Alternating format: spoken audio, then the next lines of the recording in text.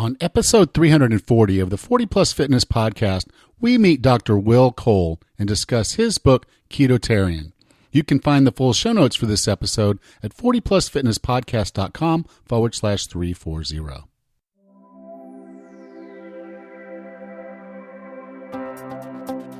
Have you decided you're ready to make a change? To reclaim your health and fitness? The 40 Plus Fitness podcast is here for you. I'm your host, Alan Meisner. I'm an NSAM certified personal trainer with a specialization in corrective exercise and fitness nutrition. Let me be your coach as you find your way on your health and fitness journey. All right, let's go.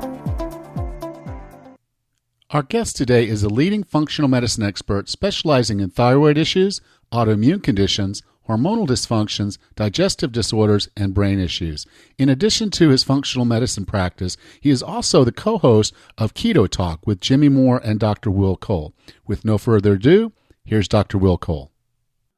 So Dr. Cole, welcome to 40 Plus Fitness. Thanks so much for having me.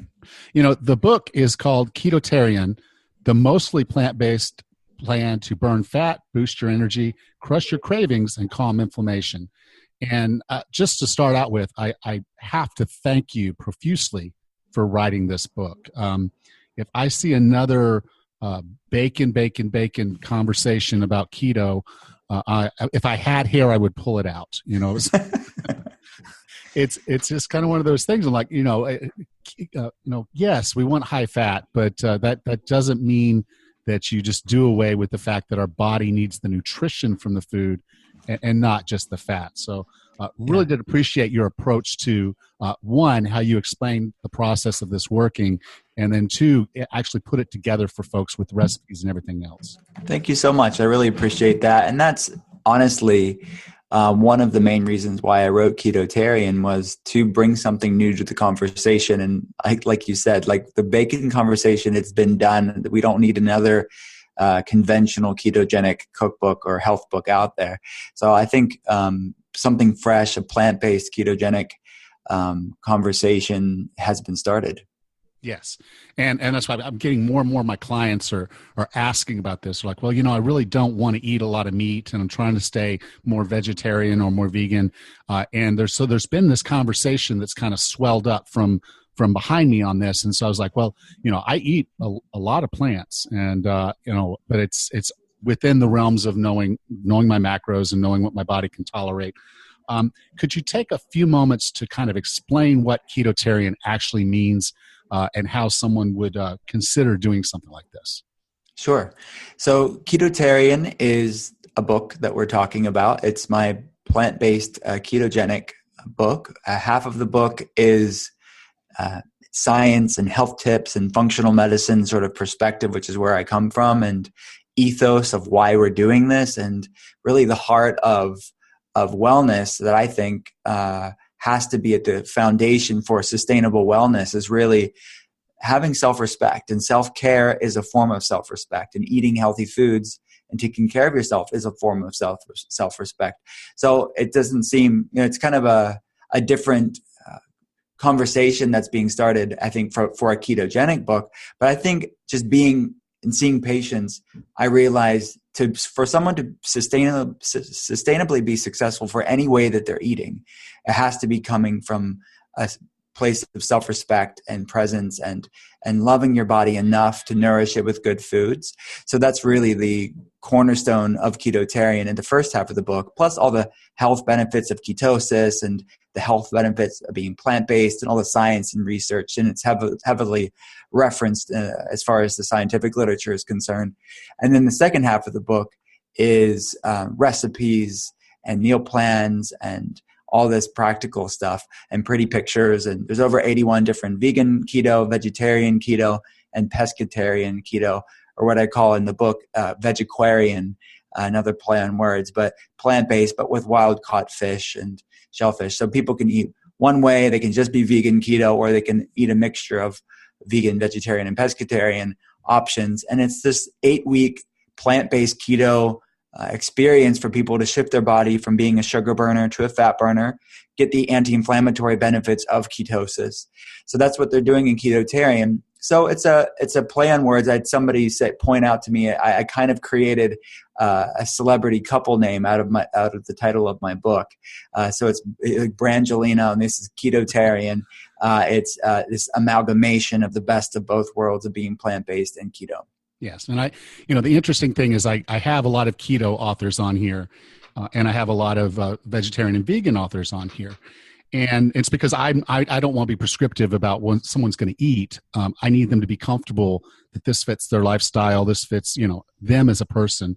And so, but, I've even said that to people. I said, but when I talk to someone who's on the keto side, who's really successful at it, has gotten rid of their inflammation, is healthy, or I talk to someone on the vegan side who's healthy, they're always talking about whole food. They're not talking about packaged things, and some of them do go a little under the bacon side on the keto. But that all said, I think it created this us versus them that really didn't have to exist.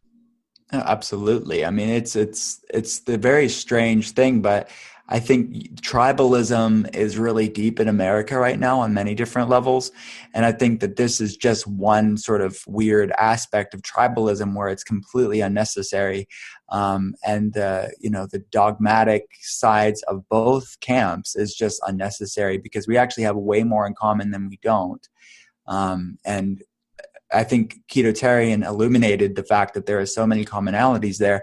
And ketogenic, that way of eating, really can be any modality of eating. It could be pescatarian, it could be vegetarian, it could be vegan, it could be more Mediterranean with the fish too, keto. So there's so many ways to do it. And then obviously we have the carnivore diet that's coming up, which is a form of a ketosis, of a higher protein ketogenic approach. So you have really all these different forms of ketosis. So therefore, it doesn't have to be this us versus them. It's just a way of using food to our advantage to put our body into this anti-inflammatory fat burning state.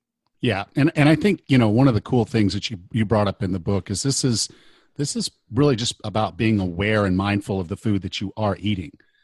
So this is not just happenstance. Obviously, yes, if you eat a predominantly meat-based diet that's not lean meats, you're probably going to go into ketosis at some level. If you're eating a high-fat diet with bacon and all the other stuff that's coming out of boxes that are marked keto-friendly, yeah, you're going to go into ketosis. It takes a little bit more, I think, mindfulness and a more sound approach to food when you're trying to do it from the vegan or vegetarian aspects. And you have this term you use in here called ketotarianisms. Could you take just a minute to go through this? Because I think this really kind of highlights what I'm after here about how, you start getting a lot more mindful about your food. You start focusing more on the quality. And in the end, you end up a lot healthier for it. Yeah. So ketotarianisms are basically the basic tenets of this way of living and eating. So it is basically when you are having a healthy fat, add a green non-starchy vegetable. And then conversely, when you have a non-starchy vegetable, eat a healthy fat. And then eat when you are hungry, eat until you are satiated. So these are some of the ketotarianisms that people can live. So these are basic principles that really are common sense when you read them. But they're so if someone wants to keep it simple, and I think Ketotarian, while I wanted to show all the biohacky, sciencey stuff where people can lean into more of that kind of level of stuff, they want to take their wellness to the next level. But I realize there's going to be a lot of people that are reading Ketotarian that are new to this, that feel overwhelmed, or what the heck do I even, where do I start? And I think things like the Ketotarianisms or the keeping it simple options in the book are really a good segue for people to lean into it and still get the benefits of these healthy, real foods without feeling like they have to go 0 to 60 and understand all the science to get started, which is it's really not necessary at all.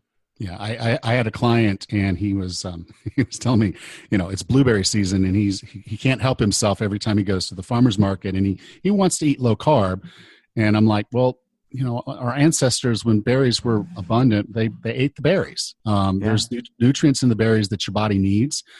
Enjoy the berries while they're in season, because you're only going to get them for a few more weeks, and you're not going to have the berries. So I think a lot of us get tied up in we have to eat this way, we have to eat that way. And there's so much what I would call biodiversity of how each of us handles carbs, our insulin resistance, those types of things. One of the things that you had in the book that is a little different than the guidance I see from a lot of the keto space is that instead of focusing on total carbs, which, the 20 grams of total carbs is kind of a earmark out there. You're going to go into ketosis if that's what you're eating. But you focus more on net carbs, which allows us effectively to eat a lot more high fiber vegetables. Could you talk about the net carbs, how many net carbs someone could probably get away with and still get into ketosis or get the benefits of the low carb eating, and then compare and contrast that with net carbs, total carbs? Yeah, sure. So total carbs are just the sum of all fiber and sugar alcohols and everything. And then net carbs is subtracting fiber and sugar alcohols if there are sugar alcohols in whatever you're eating. But basically the fiber, the soluble fiber and the insoluble fiber, we're subtracting in Ketotarian and many other ketogenic resources you'll find in books and online too. But Ketotarian definitely does talk about how when we're working on and focusing on real non-starchy vegetables and real plant foods, that's when you use net carbs. You do not use net carbs whenever you're eating junk food and boxed foods and you're just trying to make yourself feel better by having net carbs. Because at that point, it's not in its whole food form. It's not sort of in alignment fully with nature. And you can manipulate numbers, I think, from the sake of dieting that isn't so going to produce the same results as if you ate an avocado with tons of fiber or any other vegetable with lots of fiber, when it's really in this whole food form. That's what we're talking about when we're considering net carbs. So basically, in the book, for all the recipes, I give the net carbs because it is basically subtracting all the fiber. And what I allow for, or what I recommend, I should say, in the Ketotarian is the first week or so, and sometimes people should do longer than a week. They should do about 25 grams of net carbs throughout the day. So every day their max should be 25 grams of net carbs or less. And then from there, they can find their carb sweet spot during these 8 weeks of being in ketosis from this plant-based approach. Now, the max allowance in Ketotarian is 55 grams of net carbs a day. And I just wanted something basically average to allow people to have lots of vegetables in. But I know as a functional medicine practitioner that there's biological variability. So I realize that there's some people that will do better with a little bit less. There's some people that can get away with a little bit more. So I've seen people in ketosis up to 100 grams of net carbs from non-starchy vegetables, because they're insulin sensitive, they don't have a lot of inflammation, and they're fine there, and they're fasting, and they can get away with this. But most, I think 55 grams, why I put it in the book is because it's the middle of the road for most people to get the benefits here. They can implement intermittent fasting and time restricted feeding, and we talk about that in the book, so they can really still get all these cool benefits while not restricting their plant foods. Yeah, and the great thing about this is I think so many of us, when we first start getting into ketosis or thinking about ketosis, is, oh, well, I can't have fruit. A lot of your recipes do actually have fruit in them. So this is a kind of an area where we are, because we're going to go for basically the high fiber type of fruits. We are going to be able to eat more fruit with this. We are going to be able to, when I think about the number of how much food you can eat of non-starchy vegetables, with that many grams of carbs, I mean, that's pretty substantial. This is going to be the bulk of your food. This is going to be your entree, and not your not a meat entree. So this is going to be your main source of energy and food, less so the proteins that we would normally have, like a steak or something like that. Yeah, exactly. So it's plant centric, and I think that people again can pick their level of where they want to go with this. I'm not saying everyone has to be a vegan ketogenic eater, but I definitely, when we bring the vegetarian options like the eggs or the ghee or the pescatarian options with the fish or the shellfish, it's still plant centric. These are just different food medicines to bring into this clean keto way of eating. Yeah, and that's what I really liked about it was it said, okay, here's the nutritional aspects of how you're going to eat. These are the net carbs you can get.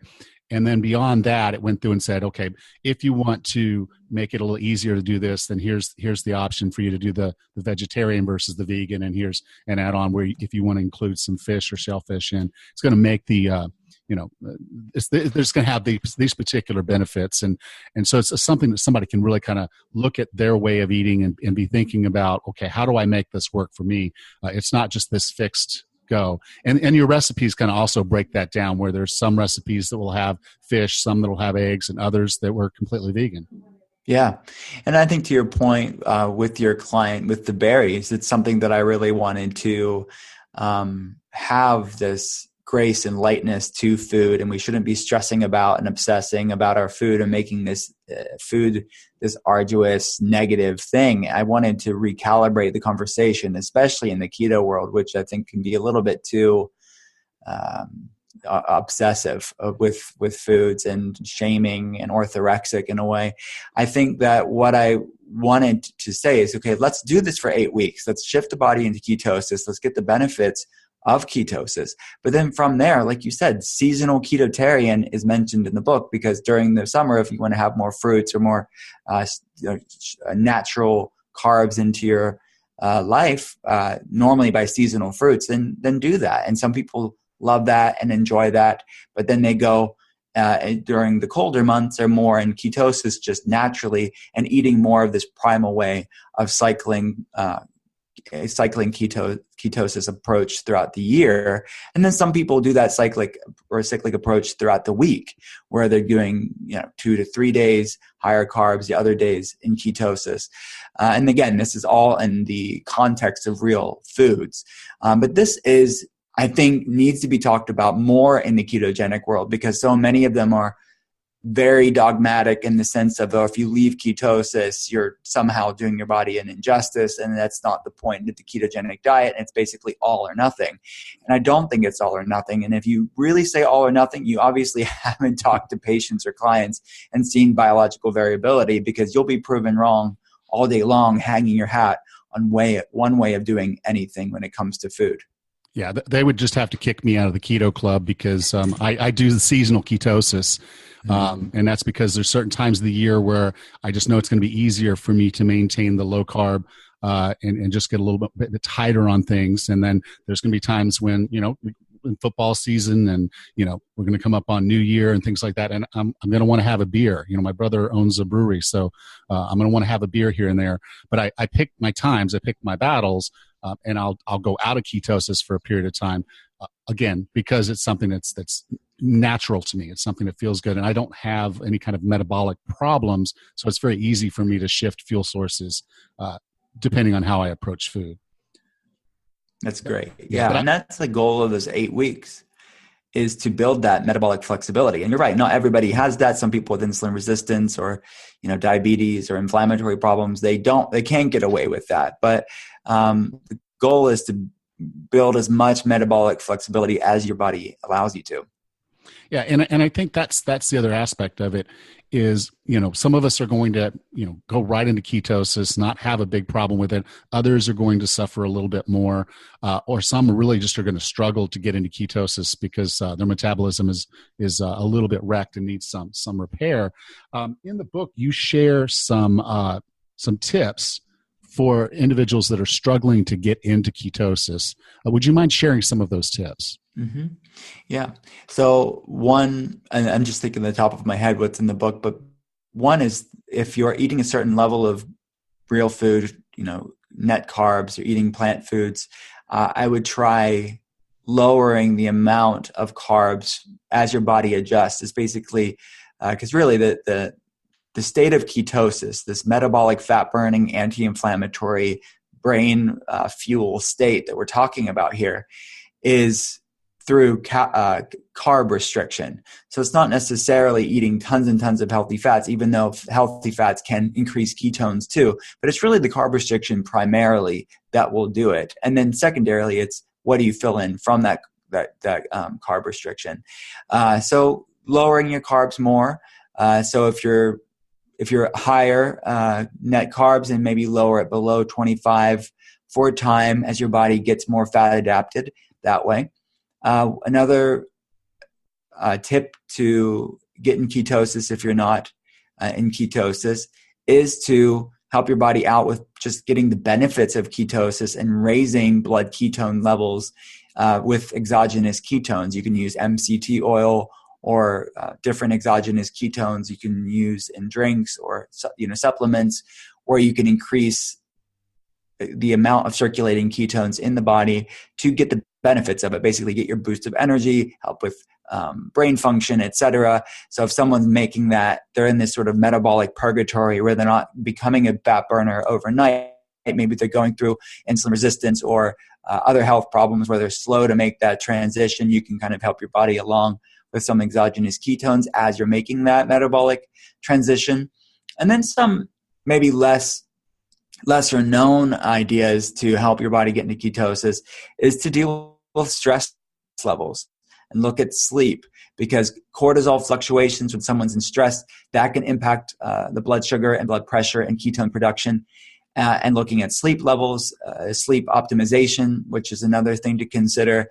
So those are some things that are maybe less commonly thought of when you're talking about, okay, I'm going to go keto and get the benefits of going keto, I'm going to lose weight or whatever it is, that you have to look at stress levels. These are important.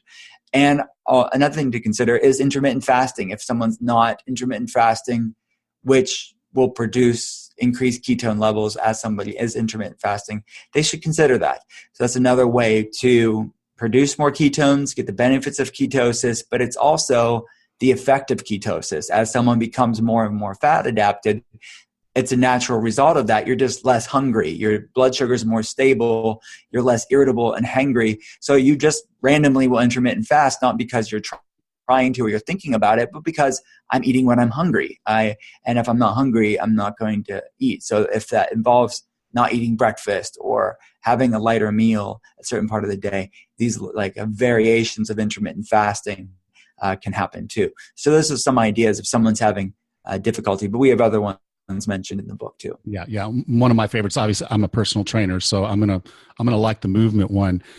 It's interesting though. A lot of people will advise people starting into ketosis to actually avoid exercising, and I've always kind of had the opposite opinion. Is while you might not want to exercise at the same intensity, ergo the stress and the cortisol, there is some value to movement and exercise when you're trying to get into ketosis.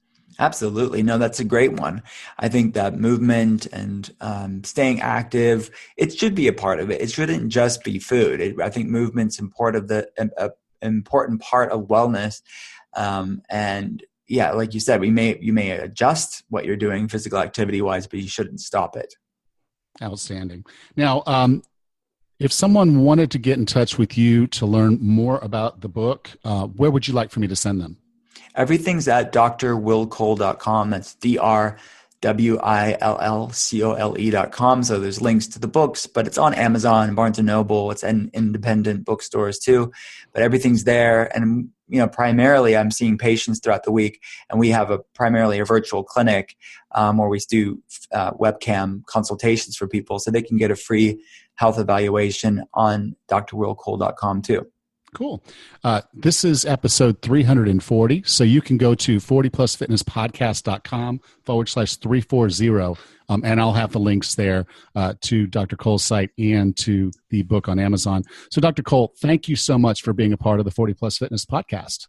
Thanks so much for having me.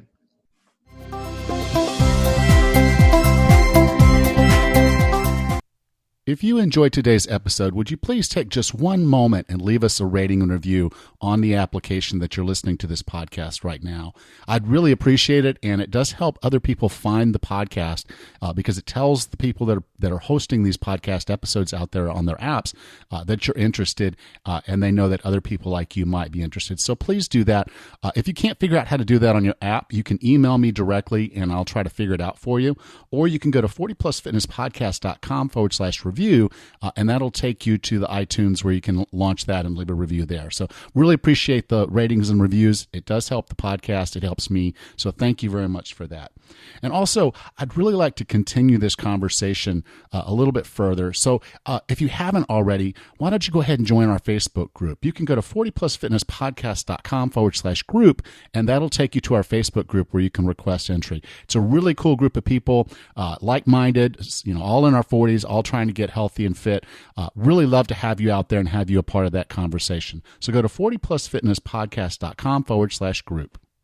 October 5th here in Pensacola Beach. If you're anywhere close, you should come down for this. I'm going to be teaching a cooking class on how to cook for Thanksgiving and remain keto. Also, we're going to have talks from Carl Franklin of Two Keto Dudes and myself. It's going to be a great time to meet other people in the area that are passionate about keto or want to learn more about keto. So wherever you stand on that spectrum of either being keto and loving it or wanting to know more about keto, this is going to be a great opportunity for you to connect with people and learn a lot more about it. So I'd encourage you to go to 40plusfitnesspodcast.com/KetoFest, and that'll take you to the Eventbrite page. There's a low fee, $15 to attend. That's really just to offset some of the cost of food.